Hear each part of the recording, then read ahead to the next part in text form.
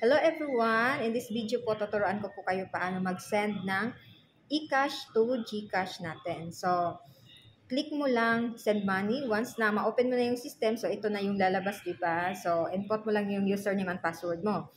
Then, click mo lang send money. Then, click mo GCash.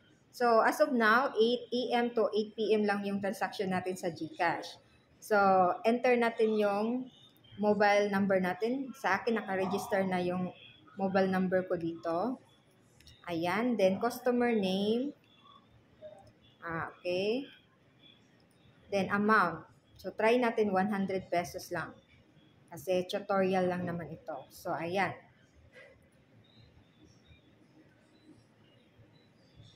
Okay. Then, transaction password. Input mo yung transaction password mo. Then, confirm and send. Which OTP security would you like to proceed with? So, kung wala kang signal sa mobile mo, so, dito mo i-try sa email. So, ayan.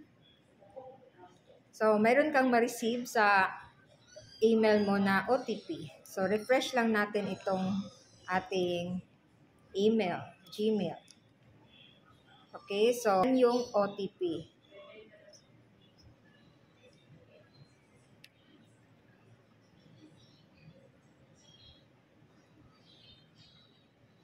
Okay, wait lang. 3769. 7, 9, okay. Then, submit code.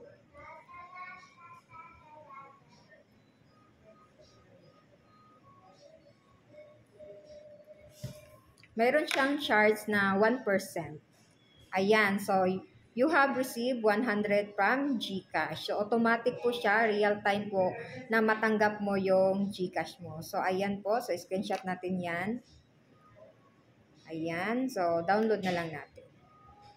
So, okay. So, yan lang po ang process paano mag-send ng eCash to GCash transaction using Unified Product and Services. So, kung gusto mo ding magkaroon ng business na ganito, open for home base and franchise po kami. So, just message me para ma-assist kita. So, marami din itong mga services.